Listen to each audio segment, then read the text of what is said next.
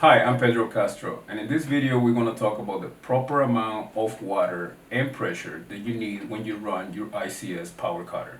In this case, for the purpose of this video, we're talking about our 695 saw, but the amount of water and flow is the same whenever you use any type of ICS power cutter, either gasoline, hydraulic, or pneumatic.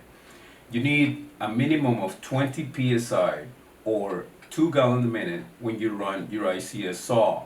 Why is water important? Because water does three things for our saws. Water actually lubricates your bar and chain, it cools down your bar and chain, and it cleans your bar and chain.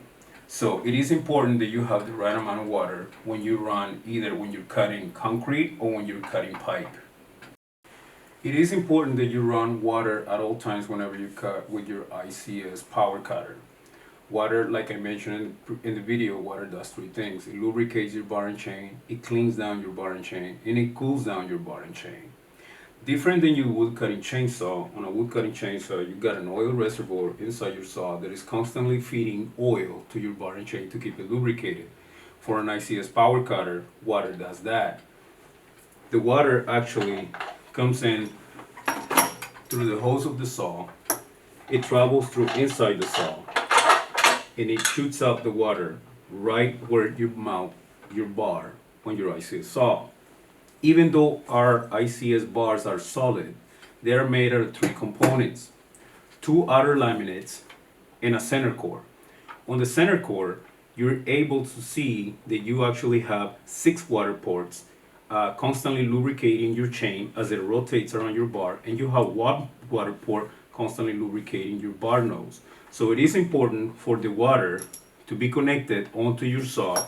The water is traveling through and is coming in inside the bar to actually lubricate your chain as you cut either pipe or concrete. When you run your ICS power cutter, you need the right amount of flow and pressure for water. In this case, we mentioned we need 20 psi of water with 2 gallons per minute of flow flowing through your saw in order to properly lubricate your chain. In this video, you will see a section by how do you test the proper amount of flow and pressure on your ICS saw. Simply remove the chain to the side and you will see the water shooting up about 12 to 18 inches, and that tells you that you have the right amount of pressure and flow for your ICS saw, being 20 psi.